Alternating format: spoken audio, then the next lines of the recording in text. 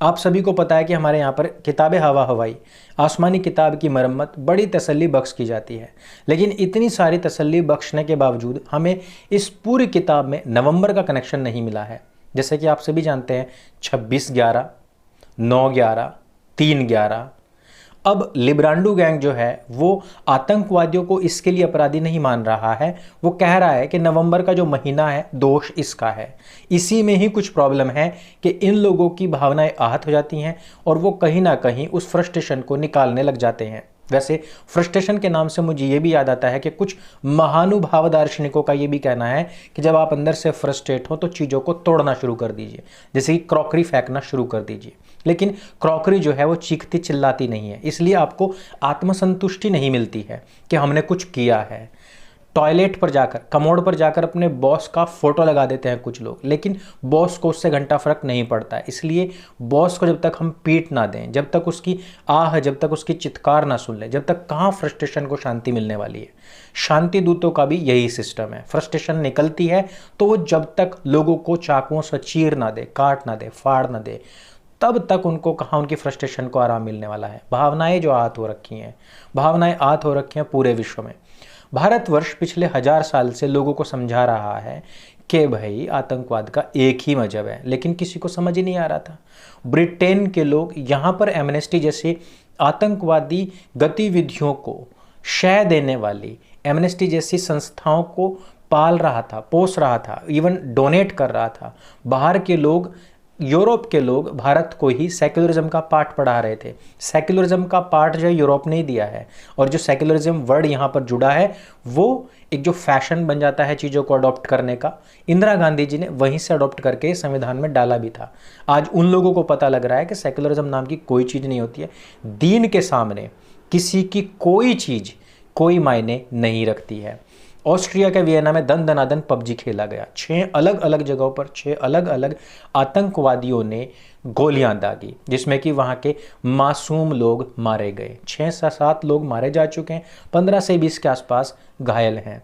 Austria, उससे पहले France, उससे पहले इटली हुआ, अमेरिका हुआ। भारत में तो खैर ये रोजाना का काम है।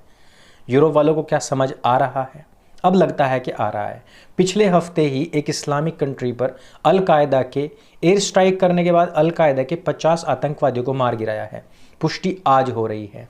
यानी कि अब भारत के साथ साथ पूरे विश्व को यह बात समझ आने लगी है कि आतंकवाद का मजहब क्या है, अल कायदा क्या रिप्रेजेंट करता है, अल कायदा कौन सी किताब से संबंध रखता है, अल कायदा में कौन लोग जाते हैं। वही लोग जाते हैं जो 5 बार दिन में तशरीफ उठाकर आसमान की तरफ गंदे गंदे इशारे करते हैं।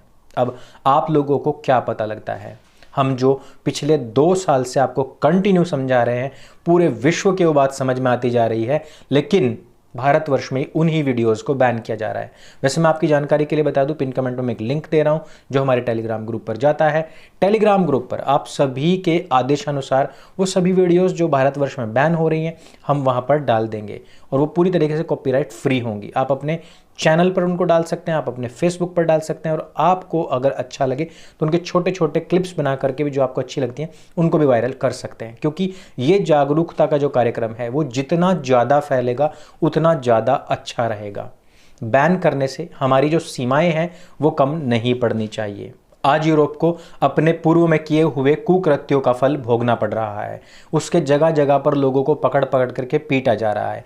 एक वीडियो है जो मैं यहाँ पर नहीं दिखा सकता हूँ, वो भी मैं टेलीग्राम ग्रुप में ही दे रहा हूँ। एक दंपत्ति के द्वारा एक मुस्लिम फैमिली को ये कहे जाने पर कि आप मास्क लगा लीजिए, उनकी कितनी बुरी तरीके से पिटाई उस मुस्लिम फैमिली ने की, वो भी आप वहाँ टेलीग्राम ग्रुप में देख सकते हैं। पूरे विश्व में आज त्राही त्राही मची हुई है। पूरा विश्व जो है इनके आतंक से परेशान है। जिस समय पर हम आप लोगों को बताते हैं कि इनकी खुद की जो टीचिंग्स हैं, इनके खुद का जो 1400 साल पुराना जो बना हुआ एक संविधान है, वो ही जो गैर मुसलमान लोग हैं उनको जीने नहीं देता है। मैंने आपको बताया था कि आयत संख्या 551 जो है उसमें साफ तौर पर यहूदी और ईसाइयों के प्रति नफरत कूट कूट करके भरी गई है, जो कि इनके यहाँ पर शिक्षण संस्थाओं में इनको पढ़ाई जाती है, दिमाग में उतारी जाती है। ऑस्ट्रेलिया के वियना में यही तो हुआ है। यहूदियों के जो पूजा स्थल होते हैं उनको निशाना बना करके उनके ऊपर दनादन गोलियां दागी गई हैं। इससे आपको पता लगना चाहिए कि वो चाहे कितने पढ़ जाएं, कितने ही बढ़ जाएं, लेकिन उनका दिमाग फिर भी 1400 साल पीछे ही पड़ा हुआ है।